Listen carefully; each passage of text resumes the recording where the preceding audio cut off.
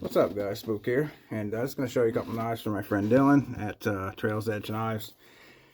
Him and I both kind of went back and forth on some design ideas, so it was kind of like a little collab, I guess, collaboration to make a couple of knives. This one, that's been pretty popular with people, guys. He's got a couple of them ordered, I guess, and some more people, I'm sure, looking. This is an Otzi, the Iceman inspired knife, and we all know the Otzi knife was made of stone. It was way thinner, and it had a broken off tip. It almost had shaped like a dagger with a broken tip. But I read in a book that they figured the knife had like a leaf shape at one time, like a leaf shape at one time, and just over time of like sharpening it and like sharpening it, you know, it's like an antler pick or something like that. It whittled itself down, so they figured it was more like this type of shape. So the handle is just sort of artistic, representation, but it's also really, really grippy, guys. And what he did, he didn't just wrap this in jute. He wrapped it in jute and then he epoxied it. So this is actually hard. It almost feels like a micarta with some real roughed up micarta. And it's got teak wood on the inside for the handle. It's 80 CR V2 steel, super sharp 90-degree spine. Got basically like a saber grind type deal going on. That's what I like, because it's good for the outdoors, but it's also good for like everyday stuff, because I've been kind of like carrying this just everyday UDC stuff. But really like this, guys. I think it's a really great little knife to pair with stuff, because I always think of the outdoors like, having maybe a smaller kind of do everything little knife, like your smaller stuff, but then always have your saw or hatchet, axe, big chopper, machete, whatever it is. It's like a larger tool, but having a knife that does a lot, and this is that kind of knife for me, I think. Just because it'll do that food prep, and it'll do the feather sticks, and do scraping some fat wood with the 90-degree spine kind of thing. Things that I do anytime kind of I'm out, even just shooting videos or just out for a little walk or venture kind of thing. But I think it'll be great for that. So very cool. This is he's they basically just call it Otzi tribute knife. And like I said, guys, I'll put a link in the description to his Instagram, and you can check him out. He's made a few different customs.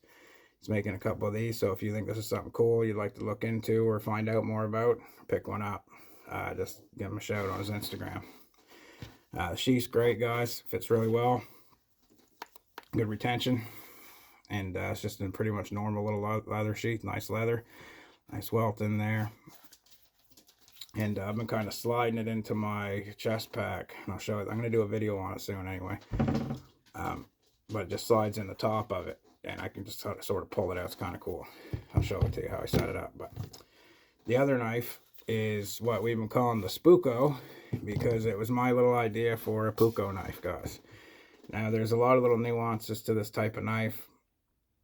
A family member looked at it and they thought it was cool, but they're like, well, I would want a choil because it could slide up. And that's 1,000% correct. You could slide up on a blade like this as a Spuukko style.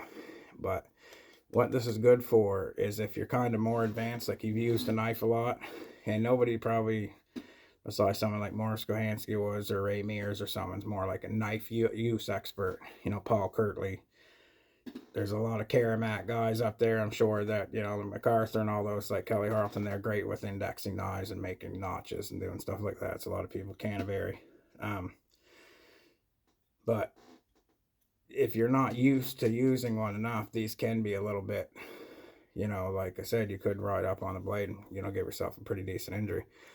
But if you're used to knives and you use it for the feather sticks and use it for getting the fire going, stuff like that, and you like that type of knife, it's a great knife for that. That's what it's for. So I'll get that out of the way. So a lot of people are into the Spuukko knives, and I just really like that Scandinavian, like philosophy, the shapes of them, But what's cool about this, guys, it looks like it has that rough finish, but he's got it sanded down so much that it's flush with it right there. So although that's like rough looking, it's flush. It's very, very cool. I've never really seen one really do that. They usually leave it all rough, but he's made that all smooth there, so it just hogs.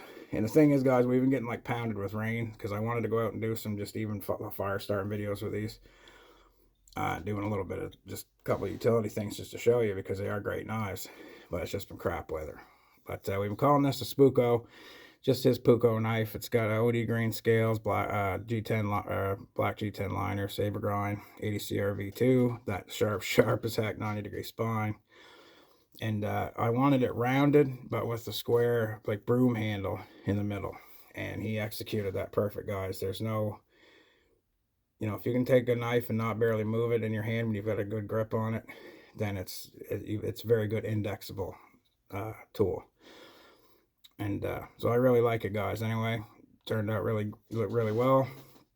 It's going to do all the stuff I wanted to do. I'm, you know, pretty sure it's got kind of scallops there, so when you use it for like the chest lever, you can get in there and get a really good purchase, because that's scalloped in there like that for your thumb. So every little thing that I asked for, and he put in his own type of pins, the collars, everything like that.